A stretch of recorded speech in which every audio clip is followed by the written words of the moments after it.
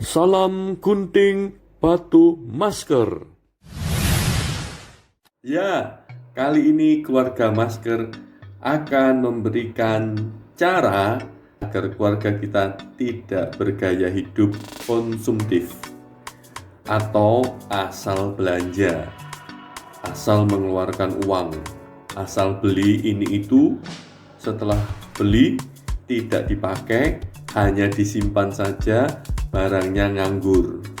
Apalagi hanya beli yang menjadi tren, barang yang lagi dipakai banyak orang, kelihatan bagus, lalu dibeli. Apalagi yang bahaya adalah tidak ada budget, tetapi dipaksakan untuk membelinya. Ya, ada pepatah, besar pasak daripada tiang. Artinya dipaksa-paksakan untuk punya, akhirnya malah mengganggu keuangan keluarga. Oleh sebab itu, hari ini keluarga masker akan berbagi cara bagaimana keluarga kita bisa memutuskan sebelum membeli sesuatu. Dan ini akan melatih kita sebagai orang tua, tetapi juga melatih anak-anak kita, memberi contoh dan mengajar mereka untuk memikirkan dengan masak-masak sebelum membeli sesuatu. Ada sebuah panduan yang menarik supaya kita atau keluarga kita bisa memiliki pertimbangan yang tepat untuk membeli sesuatu, sebelum membeli sesuatu. Pertimbangan ini dibuat dengan cara yang bagus, gampang diingat, gampang dipakai untuk kita berdiskusi dengan anak-anak juga, yaitu oleh, kalau tidak salah membacanya, namanya Sarah Lazarovic. Kita bisa melihat di Instagramnya, di Sarah Lazarovic juga. Juga ada websitenya sarahL.com. Sarah menuliskan sebuah ide. Ya, tepatnya dia menggambarkan, yaitu menggambarkannya dengan piramida. Piramida ini mewakili hierarki, urutan mengambil keputusan sebelum kita membelanjakan uang, membelanjakan atau beli sesuatu. Jadi piramidanya kurang lebih demikian. Artinya yang paling bawah harus dilakukan dulu. Dan inilah dia piramida hierarki dalam membelanjakan sesuatu, dalam beli sesuatu, untuk membeli sesuatu, versinya Sarah Lazarovic. Di dalam bahasa Inggris, yang pertama, yang paling bawah adalah use what you have. Lalu yang kedua, borrow. Yang ketiga, swap. Yang keempat, thrift. Yang kelima, make. Baru yang terakhir, buy. Kita buat mudah saja.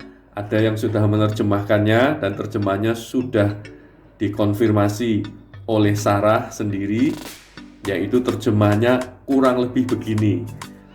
Ini dalam bahasa gaul ya, tapi gampang mengingatnya.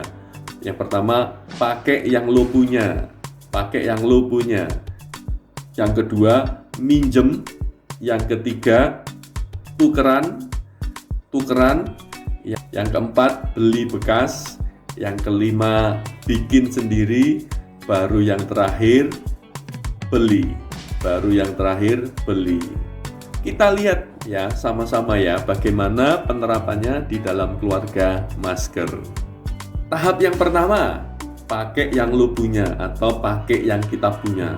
Apa yang ada di dalam keluarga kita syukuri dulu.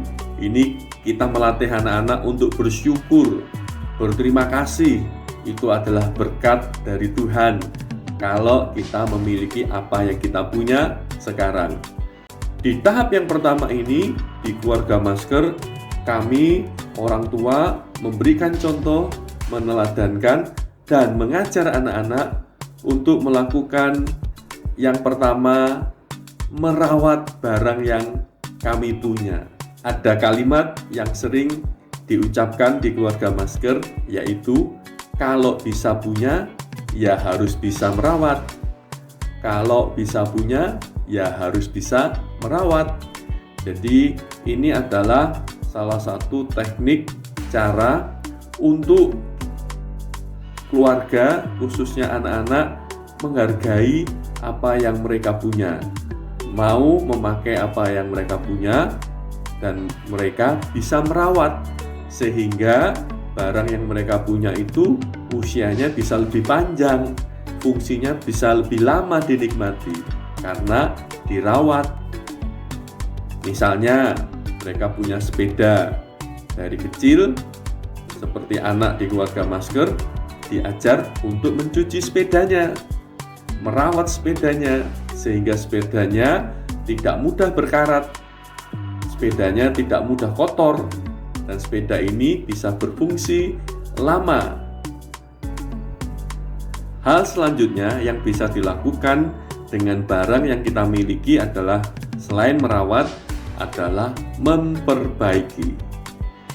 Kita bisa melatih anak-anak sejak dari kecil untuk melakukan atau melatih mereka memiliki kemampuan pertukangan sederhana. Misalnya, porsi duduk untuk belajar yang sudah mulai goyang. Mereka bisa dilatih untuk mengambil obeng dan mengencangkan baut yang ada. Jadi, sejak kecil mereka sudah dilatih untuk mengusahakan bahwa ada apa yang rusak. Jika itu masih bisa diperbaiki, ya perbaikilah. Dan melatih jangan tunggu sampai kerusakannya menjadi besar, tetapi mereka bisa lihat ada kerusakan sedikit, mereka berusaha untuk memperbaikinya. Kalau tidak bisa minta tolong orang tua. Atau kalau sampai memang tidak bisa, memikirkan atau meminta bantuan mereka yang memang benar-benar ahli. Itu langkah-langkah sederhana, tips-tips sederhana agar keluarga kita bisa menghargai apa yang kita punya, sehingga tidak buru-buru membeli sesuatu yang baru, tetapi lebih memilih apa yang kita punya. Yang kedua adalah minjem ya. Pinjam dari orang, tentunya orang yang dekat dengan kita. Bisa jadi mereka juga adalah keluarga dekat kita. Kalau kita lihat bahwa mereka punya, kita bisa pinjam.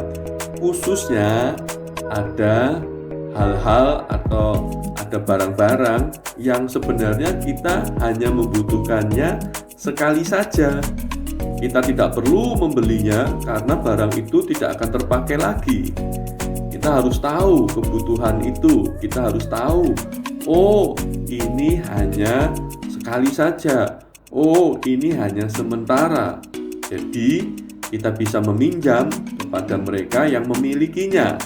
Tentu kita harus mengajar anak-anak, kita juga harus memberikan contoh bahwa apa yang dipinjam kita juga harus merawatnya, kita juga harus memperhatikannya dengan baik, tidak sampai rusak.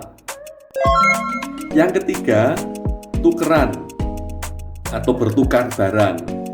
Jadi sebenarnya ada di dalam keluarga kita itu barang-barang atau sesuatu yang kita sudah tidak pakai lagi. Tetapi juga ada di dalam keluarga barang-barang di keluarga yang lain yang mereka juga tidak pakai lagi. Jadi kita bisa tukeran, kita bisa bertukar barang, tidak harus buru-buru membelinya. Jadi kalau masih bisa bertukar barang dengan orang yang dekat dengan kita, ya nggak masalah. Lebih baik bertukar barang dulu daripada harus membelinya. Yang selanjutnya adalah membeli barang bekas, membeli bekas. Banyak yang merasa malu dengan barang bekas. Sebenarnya kita tidak perlu malu membeli barang bekas. Tentu kita memperhatikan kualitas dari barang bekas itu. Kita lihat betul-betul kalau memang barang bekas itu masih layak pakai, mengapa tidak untuk kita menggunakannya. Kadang-kadang kalau ada barang bekas yang kita bisa pakai, kita bisa retouch. kita bisa mempercantiknya lagi, kita bisa menggunakannya, kita bisa memperbaikinya dan membuatnya kembali bagus. Misalnya, satu kali kami pergi ke rumah sahabat kami dan melihat di garasinya ada sepeda untuk anaknya yang sudah terbengkalai, tidak terpakai karena anaknya sudah besar dan sepedanya itu sudah kekecilan buat dia. Memang kondisinya tidak 100% seperti sepeda baru, tetapi menurut kami sepeda bekas itu masih layak pakai. Dan kami lihat roda, lalu pedalnya, semuanya masih oke semua. Lalu memberanikan diri bertanya apakah kami bisa membelinya. Malah diberikan untuk anak saya yang paling kecil, untuk anak kami yang paling kecil. Ya bersyukur. Lalu kami bawa pulang dan memperbaikinya, dicat ulang sehingga sepeda itu seperti kelihatan baru.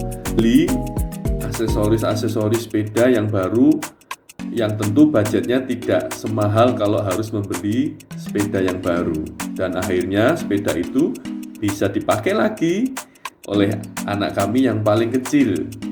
Sepeda itu memang sepeda bekas, tetapi layak pakai dan bisa dibuat seperti sepeda baru. Tahap selanjutnya, sebelum membeli, kita juga bisa memikirkan untuk membuatnya sendiri, membikinnya sendiri, membuat sendiri. Apalagi di zaman sekarang di YouTube ada banyak tayangan DIY, do it yourself, melakukan atau mengerjakan, membuat sesuatu sendiri. Ada contoh-contohnya, bahkan kadang sudah ada alat-alatnya, bahan-bahannya, bahkan polanya kadang-kadang diberikan, kita tinggal bisa print dan kita bisa pakai untuk membuat sesuatu. Bahkan ada banyak DIY yang diberikan dengan barang yang tidak mahal, dengan alat atau bahan-bahan yang tidak mahal. Ini sangat baik buat keluarga kita ketika kita punya aktivitas DIY, membuat barang-barang itu sendiri. Untuk keluarga ini bisa menjadi aktivitas bersama, jadi bisa mengerjakannya bersama-sama. Lalu juga ini akan mengembangkan kreativitas, mengembangkan kemampuan untuk berkreasi bagi orang tua maupun anak-anak. Jadi membuat sesuatu ini juga sangat baik. Mengapa tidak? Kalau kita bisa membuatnya, walaupun mungkin bentuknya atau kualitasnya tidak bisa sebagus yang ada di toko, tetapi apa yang kita buat dengan tangan sendiri, apalagi dibuat bersama-sama dengan keluarga, itu akan membuat hati puas, senang menikmati hasil karya sendiri. Kalau berkaitan dengan membeli, lebih baik di dalam tahap ini kita juga bisa menginvestasikan atau membeli alat-alat untuk membuat sesuatu, alat-alat untuk yang bisa dipakai untuk DIY tadi, daripada kita membeli produk jadi. Kita bisa membeli alat-alat dan bahan-bahannya, kita stok sehingga satu keluarga bisa merencanakan proyek apa yang akan dibuat.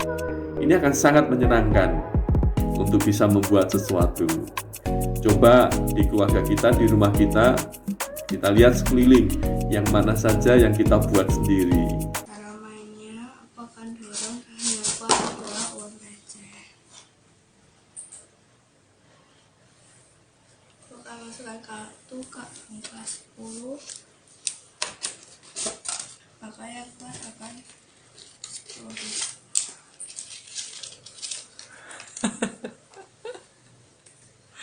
Sen ATM. Dan yang terakhir dari hierarki ini, dari piramida ini adalah ya beli. Kalau memang kita harus membelinya, ya belilah, tetapi tentu saja sesuaikan dengan budget dan sudah melalui tahap-tahap yang tadi kita sudah bahas bersama. Itulah cara agar keluarga kita terbebas dari gaya hidup konsumtif, yang asal beli, asal belanja. Tetapi betul-betul keluarga kita, baik kita sebagai orang tua maupun anak-anak, memiliki pertimbangan yang masak-masak untuk membeli sesuatu.